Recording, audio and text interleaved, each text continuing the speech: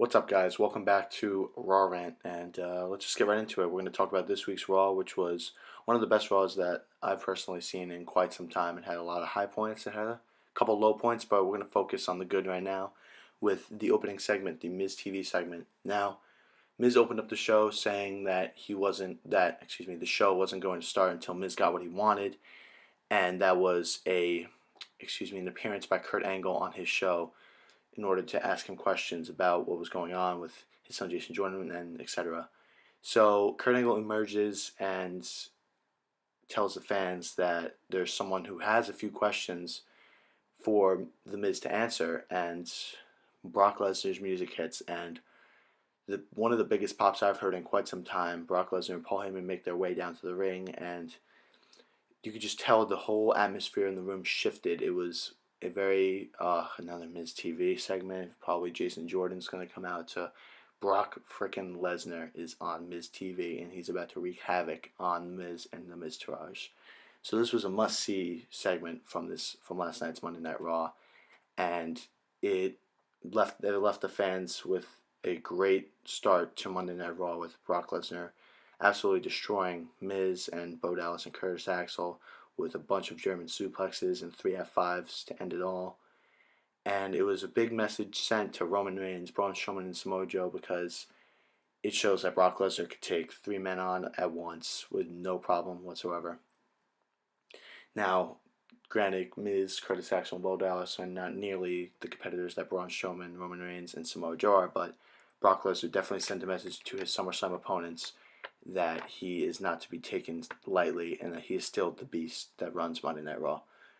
So now we're going to talk about one of the low points of last night's Raw, which was Jason Jordan's match. Now, he was originally scheduled to face Curtis Axel in probably just a squash match, but Curtis Axel was injured by Brock Lesnar, so Kurt Angle luckily found a jobber, as he was known as, backstage, and his name, I believe, was John Pierre. I forget his last name. Cabal, John Pierre Cabal, will say, and Jason Jordan took to the ring and made quick work of this man. But the reason it was a low point, not because it was a squash match, is because the fans just aren't behind Jason Jordan like WWE thought they would be. They don't want him to be in the spotlight. They don't think he's ready. No one thinks he's ready to be in the spotlight that he's under, being the son of the Olympic gold medalist Kurt Angle, the Raw general manager. He's being thrust into a spotlight that he's not ready for, and fans showed that last night with their displeasure in this match. There was actually a "Let's Go Jobber" chant, which I found pretty amusing, that fans would rather see the Jobber win than an up-and-coming star like Jason Jordan.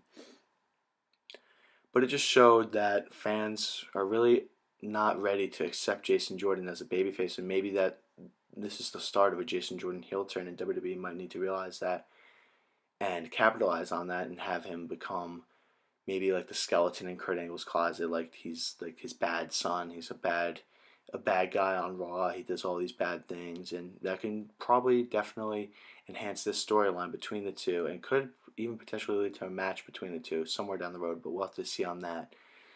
But in the long run, and we just need to see a Jason Jordan potential heel turn to make this storyline, more interesting. Now we're gonna go back to one of the highlights of the night, which was the tag team champions Sheamus and Cesaro and Seth Rollins and Dean Ambrose.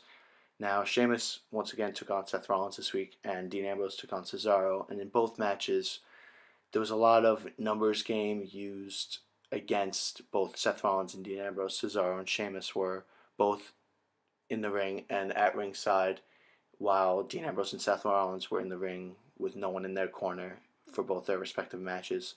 So in both matches, the tag team champions used the numbers game, to play to their advantage. And in Seth Rollins versus Sheamus's match, Sheamus was able to pick up a win after a Cesaro distraction, which led to a beatdown from the tag team champions on Seth Rollins.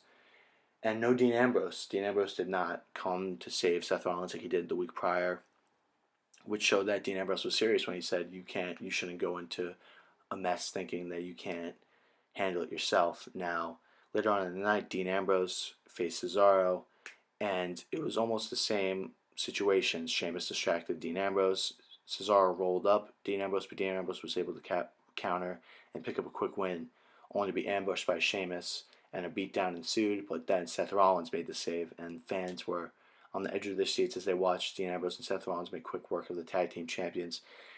And then the segment ended with the highlight of the night, which was Dean Ambrose extending his fist in a shield like reunion symbol, and Seth Rollins blowing him off and walking backstage. Now, this is the best storytelling that WWE can have with this feud, and it needs to continue to tease the reunion slash untrustworthy bond that Dean Ambrose and Seth Rollins have into SummerSlam with a potential match against Cesaro and Sheamus for the tag team champions, because that will only enhance the tag team division and Seth Rollins and Dean Ambrose as a whole.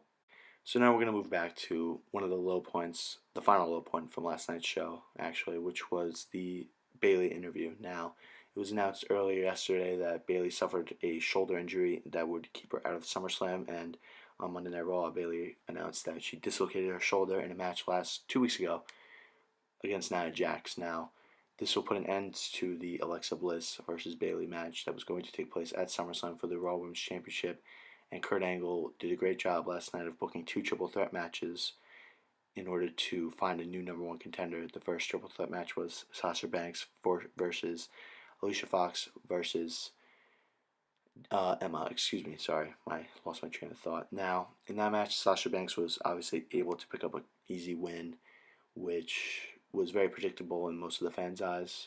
And the other triple threat match, which featured Nia Jax, Mickie James, and Dana Brooke, Nia Jax was able to pick up a dominant victory, which sets up Sasha Banks versus Nia Jax next week, and the winner will take on Alexa Bliss for the Raw Women's Championship at SummerSlam.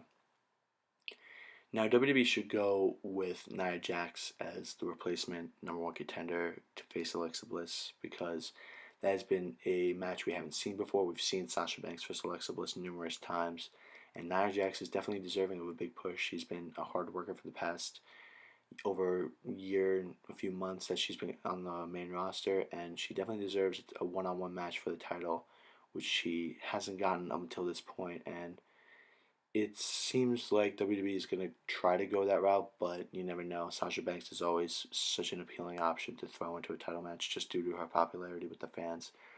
But overall, this segment was a low point due to the fact that obviously Bayley will miss at least a month with a separated shoulder.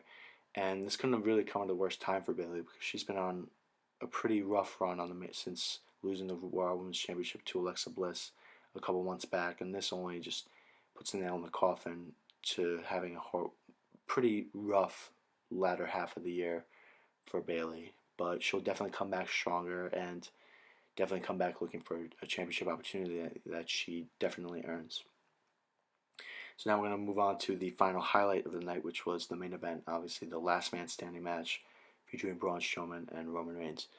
Now, these two have had one of the most physical rivalries that I've ever seen, at least in the past 10 years, and since the Attitude Era ended. Now, in this match, it was just a pure example of how much these two hated each other and how good of competitors they are and good workers they are together. They have great chemistry together. Roman Reigns and Braun Strowman have had several matches, so they've able to build up. They have been able to build up a great chemistry with each other, and fans last night were on the edge of their seats as Roman Reigns and Braun Strowman battled around the entire arena. Braun Strowman threw Roman Reigns into the Titantron, the SummerSlam Titantron, and Roman Reigns was able to spear Braun Strowman down the rampway and Samoan drop Braun Strowman through a table. Now, just when it looked like Roman Reigns was going to pick up the win, Samoa Joe emerged from the crowd and locked in the Coquina Clutch on Roman Reigns and put him to sleep really quick. Then the referee had no choice but to start his count to 10, and Braun Strowman was able to make it to his feet before the count of 10, Roman Reigns, was unable to answer the count of 10, which means Braun Strowman was the last man standing. Now, this was another great case of great storytelling for WWE, because it's just showing that each man in this match, they can't stand each other. Samoa Joe, Roman Reigns have had a rivalry in the past. Braun Strowman and Roman Reigns obviously are still involved in a heated rivalry, and throw Brock Lesnar in there, and you have one of the most destructive matches that has happened in the past several years for WWE. Now, this match is being hyped up to be one of the best title matches of all time, and it's just last night only further cemented that this match will definitely probably be not probably will definitely be the main event of SummerSlam, and will send the fans home happy either way, unless Roman Reigns is able to pull out a win. Brock Lesnar has obviously said that he's leaving WWE if he loses the Universal title, so we believe that he's going to retain the title and hold on to it for the foreseeable future until around WrestleMania. But even if you give it to Samoa Joe or Braun Strowman, fans will be ecstatic with both those men winning their first World Championship title in WWE. So that's going to wrap it up for this week's episode of Raw Rant. Thank you guys again so much for watching. We really appreciate the support. If you could, like, share, and subscribe, we really appreciate it. And tune in tomorrow for our second episode of Smack Talk, where again we will talk about the high points and low points of tonight's episode of SmackDown Live. So thank you guys for watching, and we'll see you next time.